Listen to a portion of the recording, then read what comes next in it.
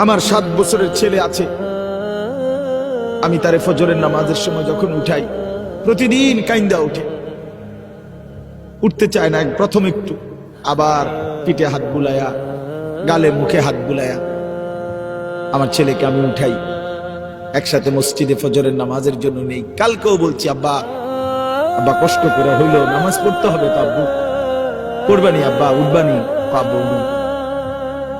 কষ্ট তো হয়ই তারও। তোমরা ছেলেরা বাপ 18 বছরের, 16 বছরের, 20 বছরের কেমনে নামাজ না পড়ে থাকো ভাইয়া?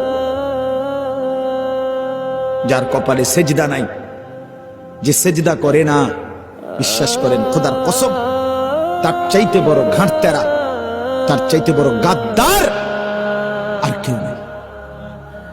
তুই বড় ঘাটতেরা, মনে রাখিস, তোর ঘাড় বড় শক্ত।